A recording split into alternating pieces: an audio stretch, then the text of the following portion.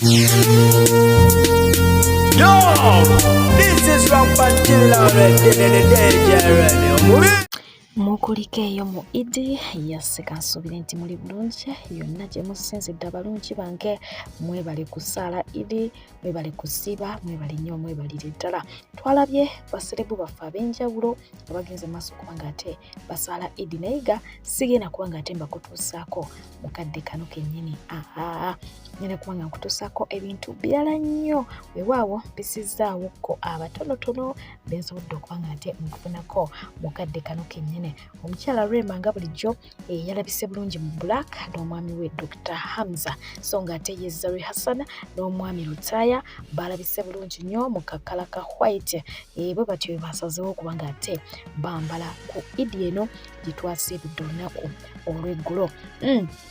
Tulinayo baganda baffe nga bo tebaba basiraamu naye nga ebyennyambala babitegeera ddala ku lunaku olwo engoye zivaayo ne bakola ki ne balumbisa omanya nti essaawa eba ya kimere Gloria kakati anoonya linnya lyaki lya kisiraamu ngamba Gloria Bogi yabadde smart nnyo nnyini ddala era nga y'omu kuba abadde ku mukolo ogwagabuddwa omukolo amanyiddwa nga Eddirisa Amusuuza ono nno yafuubye ekijjulo n'ayaniriza abawagizi be mikwano gye bonna bw'atunaabira nga ate abayiwamu ekimere kya Eddy omukolo amanyiddwa nga Junior ye bamuyita Mwezitasubwa awali emmere waagwa omukolo guno teyagubuzeeko yagubaddeko nnyonyi ddala era nga kanzu yavuddeyo wadde nga si musiraamu nkugambye nti omuntu erinnya alifuna mangu awo abaya neruma kanzu neruma wamma gwe neyessa mu ddene n'agenda abeere nga ate yeeyunga ku bali yonna gye kiba kyavugidde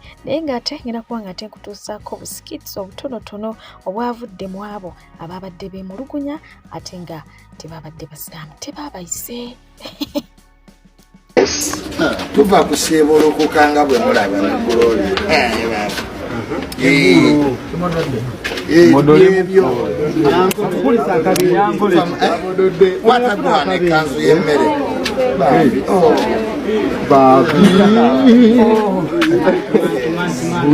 naye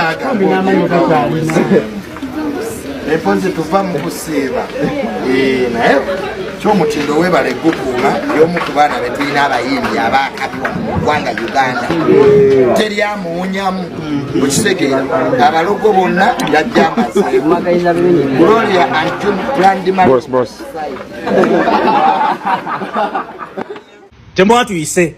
temwatuyise nafudde maama temampise kulya mmere ya Eddy nafudde nkyali mulamu nnyo naye temufaayo naatera okufaazuukire ndaba azungire wange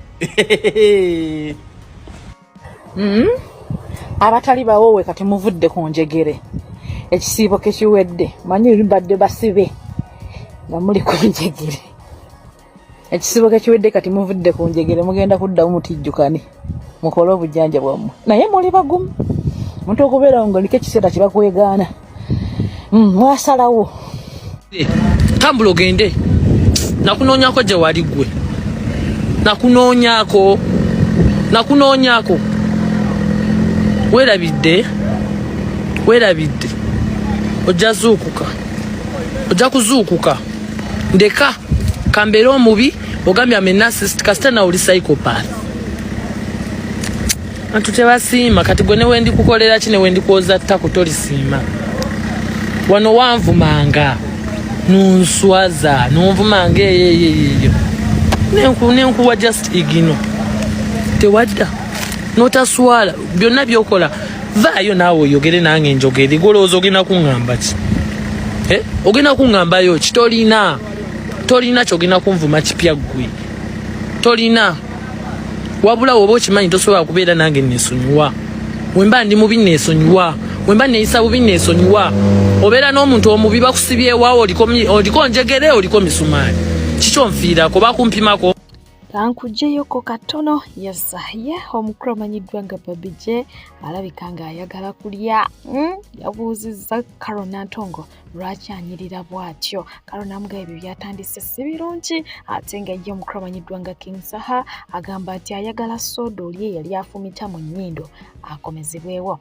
Twayinanga kasoda kali akasitona akakambwe wadde ng'aliwo ennaku zino ali awo tafumita bulungi ng'oli omukadde bwe yali afumita. Weewaawo y'omukyala amanyiddwa nga Chosen Beke avuddeyo ne yeegayirira bafansi be abamwagala ennyo abamulaba eyo ne baagala okuba nga ate bamubuuzaako nti bakomyawo omuze gw'okuba nga ate basosola mu baana be. Bw'aba basazeewo okugenda okumubuuzaako bamubuuzeeko naye n'abaana bonna babuuzeeko. Babuuzaako bali abato ate omukulu ne bakola ki ne bamuleka. Ekintu ekitasanyusa mukulu era n'awulira nga asosoleddwa. Kiranga ekyenjawulo omuntu yenna bw'otulaba n'olaba nze ne famire yange mu mmotoka bw'ojja okutubuuzaako abaana bonna babuuzeeko.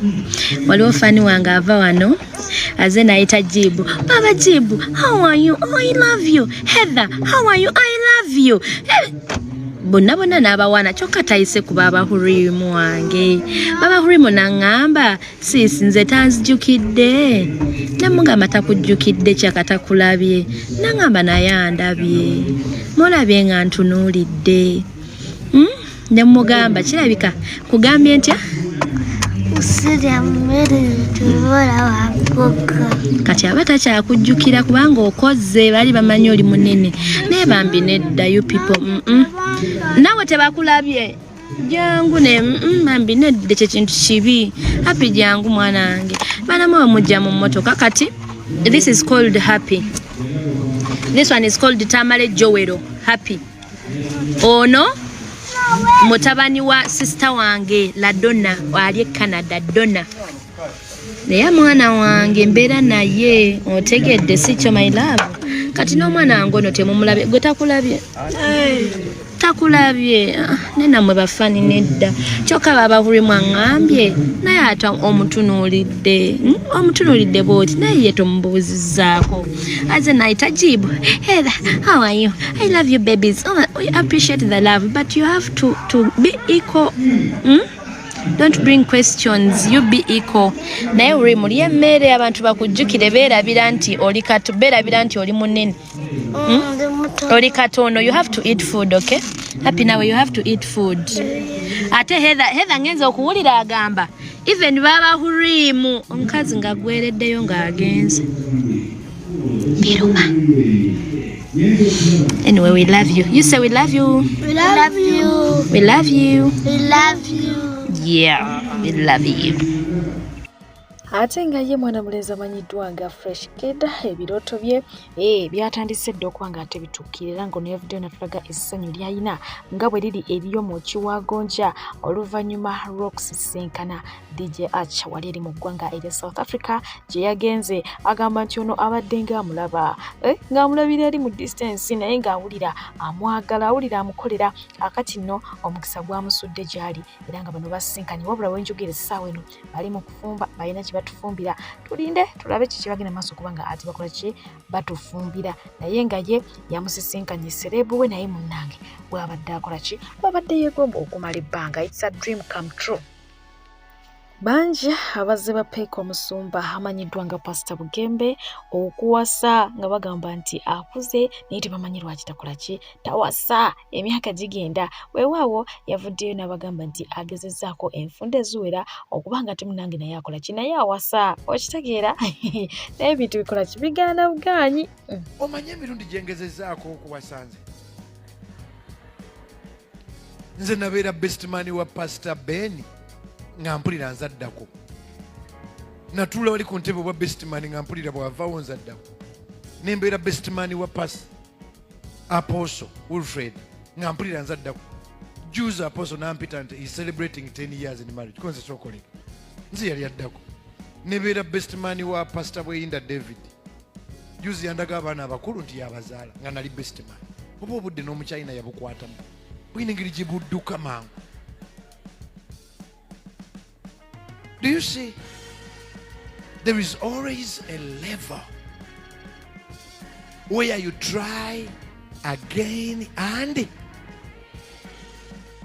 nga pasita bw'akyalindiridde bambi obudde bwe mwana wa Sizza tumuteeke mu ssaala eru yeno omusheshe bagenze maaso okuba nga ate bamuyiwamu akaweta wabula ng'omwami teyabaddewo ku ground ka surprise kabadde bwe katyo amaziga ne gaba mayitirivu omwana namugamba will you marry me nga ku ground taliiwo wabula nga bamulaga bulazi ku simu nga bali ku video call bali ku WhatsApp.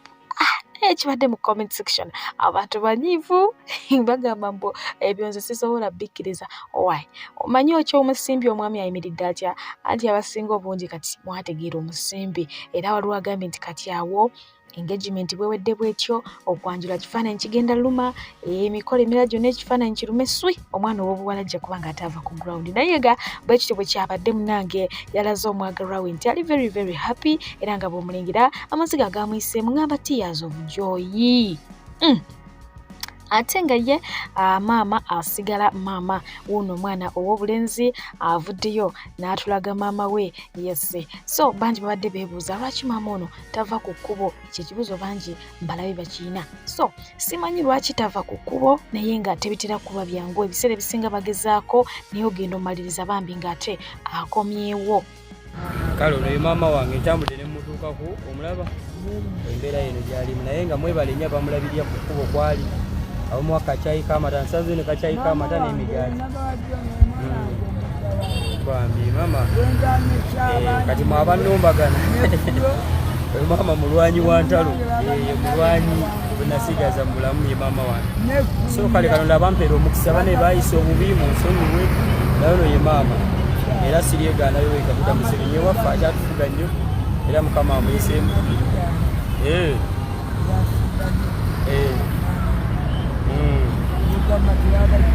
kale ntambudde ne mmutuukako oyo mukadde wange embeera ye gyalimu naye jakuba fulungi. Omukyala amanyiddwa nga Shiba wadde nga yali yakavaayo n'ategeeza eggwanga nga ye bw'atalina ddiini wadde nga yazaalibwa omwami omusiraamu ye talina ddiini alinga nnyina akkiriza kimu nti Katonda gy'ali y'omu ku abo abagenze maaso okuba nga tebeeyiwamu zaabaaya asobole okuba nga ate aanikira ku lunaku olwajjidde ne mutabani we wali wonna okitegeera naye nga waliwo omukulu avuddeyo n'amugamba nti akomewo music industry abaliyo bye bakola tebabitegeera nti yeyeka abulawo okuba nga ate buli kimu kijjula so nga ate n'omukyala amanyiddwa nga Lydia Jasmine naye yavuddeyo n'agenda maaso okuba nga ate atendereza Shiba nti wabeerawo music industry ekola ki eyuguuma wabula akabanga kamaze nga taliiwo mbesirise bwekye oba neyo bwekiri bwe mukiraba. Shiba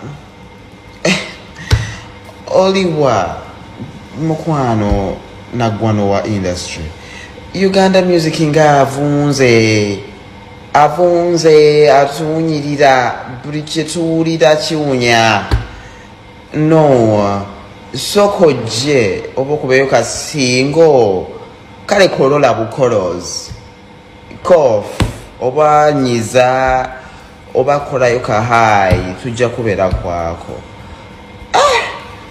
sibitegeera byempuliriza amatu gawuuma ngenze mu ddwaliro baŋŋamba music wa Uganda aliko kati mulaala ne bagamba wakyusa prescription naye mbagamba Shiba yatekinga break busooka okolole kuba tubonaabona ndowooza mulabyani nannyini industry nfu so nga ate ye omukyala amanyiddwa nga Chome yavuddeyo bw'atyo ng'atulaga nti mukabwe muzibu era nga yatabukidde omukyala amanyiddwa nga Spice Diana ng'agamba nti oluvannyuma lw'okukola remix mu luyimba lwe tebaamusasula ate nga yali asuubirwa okuba nga asasulwa agamba mbu ababanja emiliyoni 4 wabula nga abasinga obungi bagambye no ku mukwano 10 gwalina ne Spice Diana this can't happen, this is a stunt balina kye bayisaawo naye nga ye yavuddeyo n'atulaga nti akola ki abanja Spice Diana and the management.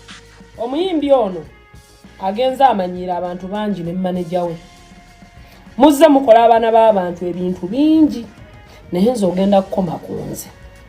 Singa tokoma kunze Katonda agenda kukulekulira ne chance gy'obadde osigaze eri Katonda ekugende busa ogifiirwe.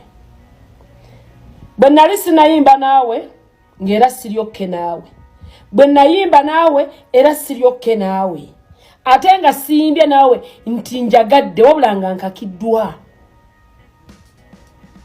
ku feve yange ku mukisa ogwange ku luyimba olwange ku bantu abanjagadde abange nga si masannyalazego nga si ssaalazo kuba tonsabirangako naye singa temutereeza mu bwangu ng'omuntu singa temumpa treatment gyensaanira nga 10 you don't know.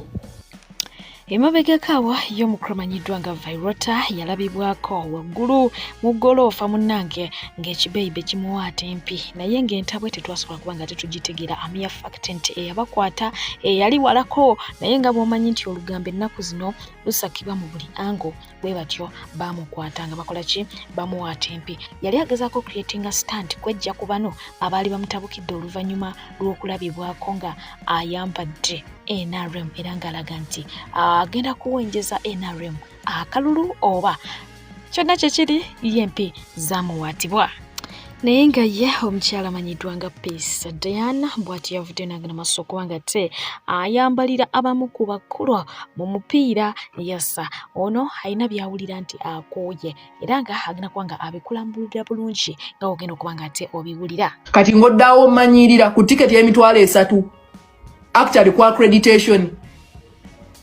muino zituwa because it is your role kafu ngezituwa ate kafu etuwa n'emmere bane ndoza singa mwali mutuwa emmere kwa half time ndoza singa mutusaba ebinkumu ne mututumiza abazadde ne mutuwandiisa endagaano because how could you say that osobola otya n'ogamba nti ab'amawulire lwaki shift mwagijje ku muntu eyakoze story senior Ismail Chiyonga yakola story n'agamba actually yabuuza na kibuuzo he had the right to say FUFA is making the Cranes the most expensive team to watch on Africa naye yakireta ina an objective manner n'abuuza is FUFA making Cranes the most ng'abuuza objectively okitegedde n'atuwa tiketi eno bagulabidde 15,000 eri bagulabidde 8 eno mwe mutuguza abantu because nze bwongamba nti no ompa tiketi ompa accreditation yabwerere nsirike abamawulire tetukola 10% ku the football fans in Uganda kakati gwompa accreditation nsirike abantu 5,000 abantu 6,000 babonebone kubanga wampa accreditation.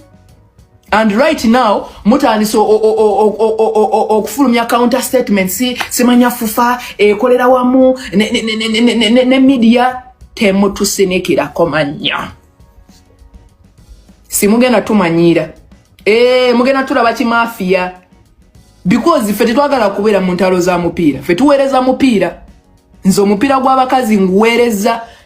Oyo FA president aliko nakati yampaako omudaali ngo wamawulire asinze okuweereza omupiira nze siberangako mu ntalo za mpiira naye if someone attacks one of us you attacking us all you cannot zero us down to an accreditation. I studied nina diploma journalism and mass communication nina degree public relations. I am paying money in a university to think critically and I report. Now I come up with a submission and you saying someone is paying me to think, someone is paying me to think, to use my head. Guys at Mengo, you're better than that, by the way. That was very stupid, idiotic and barbaric of you, whoever said that. And that cocoon of barking dogs. Omanyibo yogerako ngaba kuvuma wakulanga musajja toyina kabina nze bebabyevumya okuvanga ndi mu pifo. Tomwira kye mugenda kunvuma kipya ekyo tebabalimba. Mwena abadde bawoza nti mwagala Pentagon. Yes, omukulu amanyiddwa nga Fred Kajibirumbuye avuddeyo kubanga ate abanukula abategeezezza nti agenda kuba nga ate abatuusaako information y'omusumba Aloysius Bujingo sente zaalagawa bwe twagala Pentagon sente zaalagawa eza Pentagon okiwulidde naye nga n'omusumba mwennyini tatudde gyali awanda muliro Niyonzimana Bujingo Wokusatu ngenda kukola ku Positive Bank information ne information ya Pastor Niyonzimana Bujingo eyensimbi waje ziri kyekimuganya okuzimba church na buli kimu nzija nakyo kyekimuganya okuzimba church ati sente ziri luddawa yaziteekawa ezimulya mu buwumbi busatu tebuli buwumbi busatu ku lwokusatu essaawa ezi ngenda kukola ku Post Bank ngenda kukola ku Bugingo mbabuulire sente ziri mmeka ziri luddawa lwaki tazimba church lwaki tagenda gizimba byonna ku lwakusatu ssaawa ezi okujjawo ng'oli kinyinza okukola ku vidiyo enkyangenda kubanga nina ebintawanya bingi neeroza katunde ku lwokusatu njabba buddasereza M23 gye ziri eza Bugingo lwaki tazimba church sente ziri luddawa yaziteekawa Post Bank ebiyo byonna nga nfundikira mugende mugyesereza mu Post Bank ne Standard Chartered mangu obudde bukyali ku lwokusatu musule nga mutegedde lwaki tazimba church sente ziri mmeka ziri luddawa kyekyo muganyo gizimba ku lwokusatu ssaawa ezi 2 bwe tugenda okusimula ngenda kukola ku byansimbi byokka okujja nga information gye nayongerako n'ekisigadde kyekyo mukama bankuumire mweraba embwa z'okukyalo ziyinza n'okutwerabiza nti tulina ettaka bwe riti kubanga buli gy'oyita buboggola Pentagon obubwa buboggola kubira mukama engalo ez'amaanyi oba amagezi gazze buboggola tebulina ddoboozi ddungi buboggola bubogozi Pentagon n'okabuuza naye kabwa ggwe Pentagon ogitegeera mpa Pentagon kubira mukama engalo ez'amaanyi ezisirisa embwa ngambye kubira mukama engalo ez'amaanyi n'enduulu ezisirisa embwa mu linnya lya Yesu. Kyaddaaki y'omukulu Kaguta Museveni bw'ati avuddeyo kubanga ate ayogera ku nneeyisa y'abasirikale be ng'agamba nti kye bakola eky'okkuba abantu ba bulijjo kikyamu era ng'agamba nti ekyo si kye batendekebwa emmundu tezirina kubanga ate zitunuzibwa mu bantu wabula balina kubanga babakakkanya mpola nga bwe batendekebwa weewaawo bangi ensonga eno bagikubyemu ebituli naye ng'agerako ng'ate mbasibuza omukyala eyavuddeyo n'ayambalira omu kubajasi kubasirikale yes nagina maso kubanga ati amuyisaamu eggaali oluvannyuma lw'okumutiisatiisa nti ajja kola ki ajja mukwatira ku kisaawe entebe singa n'abakomyewo okuva mu bwakadaama gye yalaga gyasinzira okubanga ate akonjera gavumenti eri mu buyinza mbadde piche atakuumira mpeera bankuumire mweraba. Yesterday I was seeing those young boys. That's a very bad orientation. It means you don't know who the enemy is. Even if they say control the crowd, your gun should be on your back like this. No, not you. Bring my gun. I show them how you protect. Bring my gun. These are not enemies. You should not point a gun to them at all. Echo chamuziro. Omuziro mugumanyi. Omuziro. Even if they say control the crowd, your gun should be on your back like this. And you just use your hands like this. This is just need hands, not gun.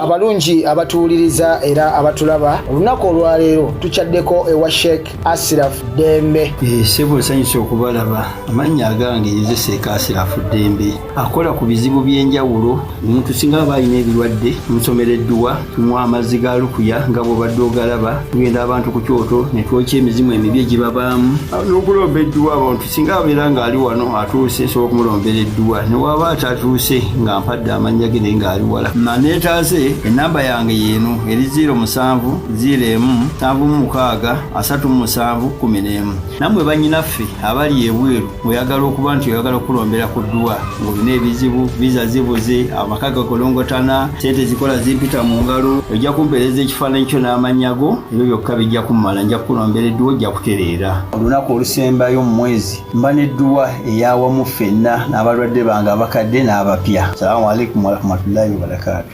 Bamikwano sagala sawulidde sategedde dduka zambwa weeyo ne ku Molden International Labour Consultants.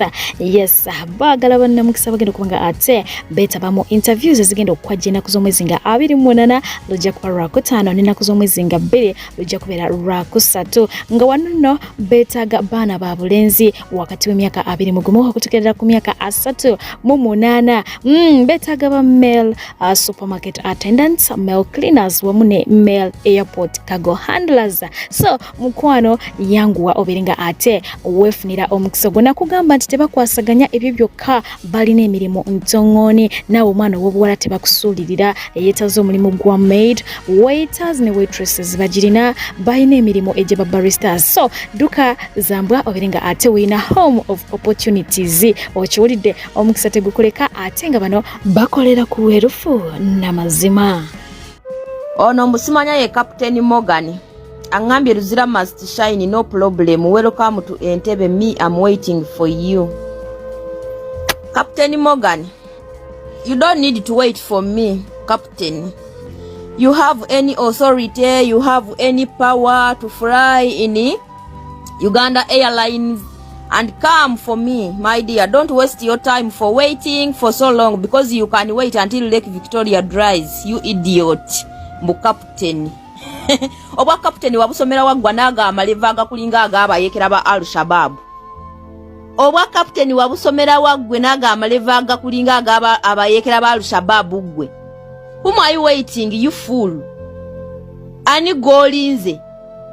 Wait yobusimolo busalale and enjoy it with your family. In mama yingi ya pole, don't shout for me, idiot. Luzira must shine. Ani go kanga ne Luzira goloza be mutaddeyo si baana ba bantu. Do you really think you can threaten me with Luzira? You can even build more because I don't care. Kitegeera gwe mazi. You can build more because for me I don't care. Bana yembadde nkyebase. Munansonyiwa. Badde nkyebase. Ngenzo okuzuuku kwa kusimu okwata ku simu yange nensangako comment eno. Okitegeera nensangako comment eno ngenzo mukuba olugalo nga yeeyita Captain Morgan. Hey, you just get the military chopper and come for me, no problem. Don't wait for so long because you can wait until you die. Ojja kulinda paka ng'ofudde kubanga siri mwana wa nnyoko nti I'm going to introduce myself for you. Nkweyanjulire for you to come and take me. Don't even waste your time. You just get the helicopter, the military chopper, the Museveni's chopper, or Uganda Airlines. You have the authority. You have anything you want. You have Bank of Uganda. You can get fuel whenever you want it. Just get the chopper, military chopper, airlines. They are all yours. Just get it and come for me. Halas, it's okay and we'll rest the case. Don't even stress yourself waiting. When are you going to wait? Ogenda kulinda paka di Captain Morgan. Captain Morgan. And if by the way you look dirty. Captain Morgan, you look dirty. Go and just clean yourself. You look dirty. You look disgusting. Olabika bubi, you look dirty. How can you be a captain of a country and you look like a garbage collector? Banaba collecting a garbage on the streets. Just go and take care of yourself. Do you get small salary? Do you get small salary? That's why you look dirty. Idiot. Go and clean yourself and you represent that chitiibwa of captain. Ekitiibwa tekikugwanidde. Yenna amalevo sakambidde. Yenna otunula bubi. How much do you earn monthly, Captain? How much? How much do you earn, Captain Morgan? You people. Gwe genda olwane Sudan. Genda olwane Sudan. Genda olwane Salva Kiir afuka mu mpale. The way you are fighting for Museveni atambula awonyera. You are there wasting your age. You are there wasting your time. You are there wasting your young age, your generation, your children's generation. Idiot. And you are here threatening people who are trying to speak their mind, who are trying to speak about the injustice on their country. And you are here vomiting. Luzira. Who cares? Who cares, you idiot? Who cares about Luzira? Even second has given you land. Go and build the big one, the big prison there. We are ready to go there. Idiot. Whom are you threatening? Whom are you threatening? Do you really think that I care so much? I don't even care. I don't care. Ochitegera? I don't care. Luzira Mashtisha, no problem. You are waiting. You are waiting for me as who? As who? Eh? Are you the president of Uganda? Eh? Are you I'm a commander? Now each and everyone in Uganda have the right to speak. Have the right to torture Ugandans. Kubanga muli mubu uniform, idiot. Do you know who buy that uniform you are wearing? Do you know who buy it? Huh?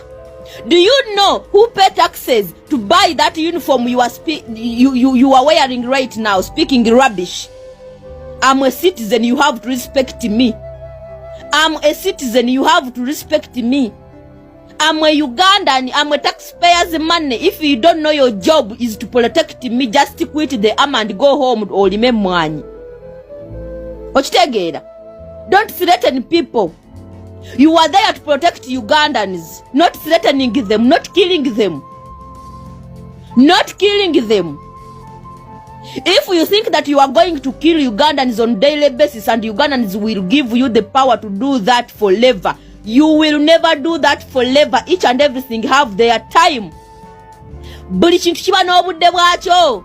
Ne Assad yaliwo nga alina akabinja ke bayita Tiger nga katta abasiriya buli lunaku nga teri akagambako. Nga each and everyone ali mu maje ga Assad, each and everyone ali mu kabinja ka Assad ke bayitanga Tiger, yayogeranga era yatanga abantu. Now where is them? Where is them, you idiot? Where is them? Where is them? Where is Assad's group? Je bayitanga Tiger, where is them? Where? So, you think that you are going to do that nonsense in Uganda forever, for the entire life of Ugandans? Hey, I pity you, you Malevu. I pity you. You PDF army, so-called SFCs, abaita ba mafia ba Museveni abatulugunya banna Uganda. I know we are in a deep state. Each and everyone ali mu government ayambadde ku kambalo asobola okutulugunya munna Uganda era osobola okumutta, which is okay. But are you going to do that forever? Just sit and think about yourself. Are you going to do that forever? Oh no. Each and everything have its time. Get that in mind. You are not going to stay there forever, for the entire life of Ugandans. Oliawo oli muka uniform kange kensasulira omusolo mbwagwe. Oliawo yasamirya yona inote zaagalevu. Can I give you money and go to clean your face? Eh? Obanku woyo ku sente ogenda olongoosa amalevu. You look dirty. Go and clean your face. And you represent that team of captain.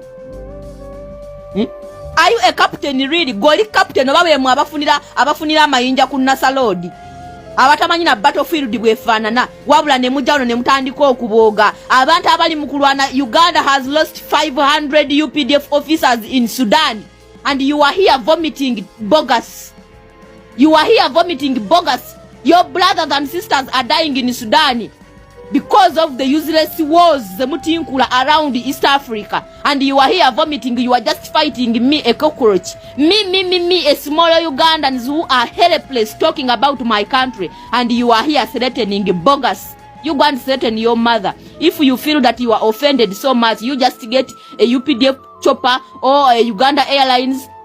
You have whatever you want, and you come for me, and you come get me and take me back to Uganda, and you put me anywhere, or in Semai, or in Ruzira, or in whatever you want to do, because everything is yours. Even the country is yours. Nonsense. What kind of nonsense is this? Please be humble. That uniform is not your mother's property. It's a Ugandan's property. That uniform is not your property, my brother. Calm down, be humble. The world is going to change. Where are you going to hide yourself and your family? You idiot.